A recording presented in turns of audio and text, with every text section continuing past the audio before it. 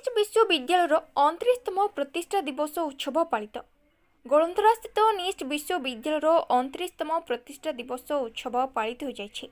विश्वविद्यालय प्रतिष्ठाता तथा परिचालना मुख्य डॉक्टर सुकांत किशोर महापात्रଙ୍କ अध्यक्षतारे आयोजित उत्सव में मुख्य अतिथि भाव भारतीय reserve bank deputy governor Michael Devvrat पात्र मुख्य अतिथि भाव जोग देते।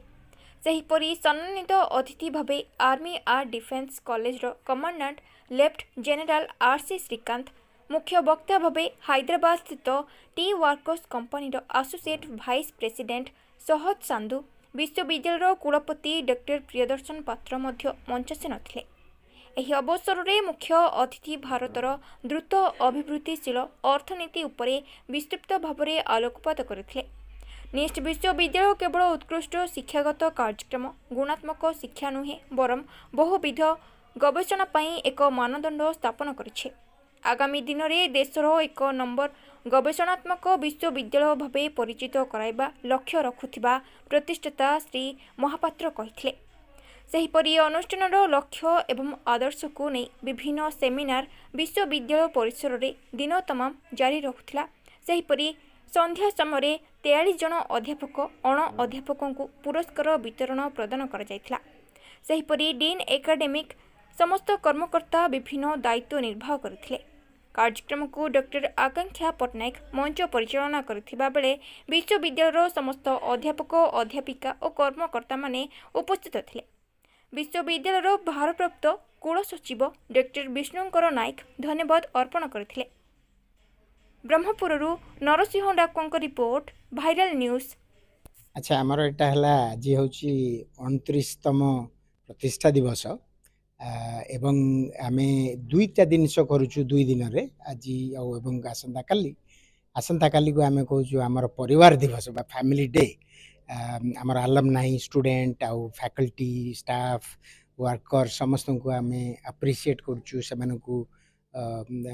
सेमानकु आमे एनकरेज करूछु एवं सेमानकु पुरस्कार विभिन्न प्रकार दउछु। आउ आज आस्थिले आमर पूर्वतन आरबीआई डेप्यूटी गवर्नर आछंती डॉक्टर माइकल पात्र एवं आछंती आर.सी. श्रीकांत जे कि लेफ्टिनेंट जनरल आर्मी रो विशिष्ट मेडल विनर एवं आउ आछंती भी हैदराबाद रु आछंती वर्क्स बोली गोटे ऑर्गेनाइजेशन रु जे कि स्टार्टअप इनोवेशन ए सब करचंती। तेबे ए समस्तंकर गोटे सम्मिश्रणर कारण भी रही। आमर प्रेसिडेंट सुकांत बाबू डॉक्टर सुकांत महापात्र से आमर जो अनुष्ठान को आरंभ करथिले 1996 मसीह प्राय 30 वर्ष हे आसुची एवं तांकर जो स्वप्न थिला ताको आमे धीरे धीरे साकार करी आसुछु। एई 2 वर्ष हला आमर इंस्टीट्यूशन बा इंस्टीट्यूट गोटे यूनिवर्सिटी रे परिणत हला। तार एक्चुअली जन्म दिवस जदि आपण भाबिबे आज होची एक्चुअली आम यूनिवर्सिटी हवार जन्म दिवस।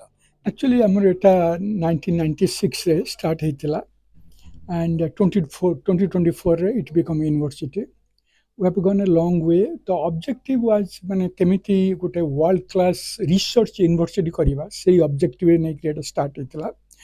बर्तमान बहुत किछि काम करिछु जो थरी के पिला माने 19,000 स्टूडेंट ग्रेजुएट करी के विभिन्न जगह रे बहुत भलो पोजीशन सब रही छन्ते। किंतु आमे कोन करछु खाली पिला को पाठ पढ़ा नुह पिला को भलो मनुष्य करबा दायित्व आम ऊपर अछि।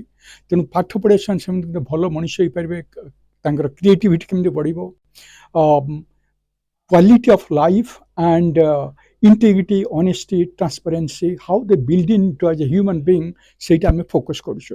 तांकर केमते पैशन फॉलो करिवे पाठ पढ़ा सहित सेटा हम फोकस करछु। द सेकंड पार्ट हम फोकस करछु केमते एई पिला माने जॉब पाई परिबे प्लेसमेंट होई परिबे हायर एजुकेशन करि परिबे एंटरप्रेन्योर हेई परिबे सो प्रोडक्टिवली कंट्रीब्यूट करिवे सोसाइटी पे। तो नंबर 2 होची हमरो रिसर्च एंड रिसर्च फोकस होची हमरो बड़ सबटु बड़ फोकस। ताजरे आमे खाली रिसर्च थियोरेटिकल रिसर्च करनु हम अप्लाइड रिसर्च करछु जो थरी कि आमे सोसाइटल प्रॉब्लम कि इंडस्ट्रियल प्रॉब्लम कि नेशन रो प्रॉब्लम चैलेंज को हम सॉल्व करि पारो। आमे बहुत काम करूँ डिफरेंट एरिया आमे लाइक 5G कम्युनिकेशन नेटवर्क अच्छी जो थी आमे डिफरेंट एप्लिकेशन डेवलप करूँ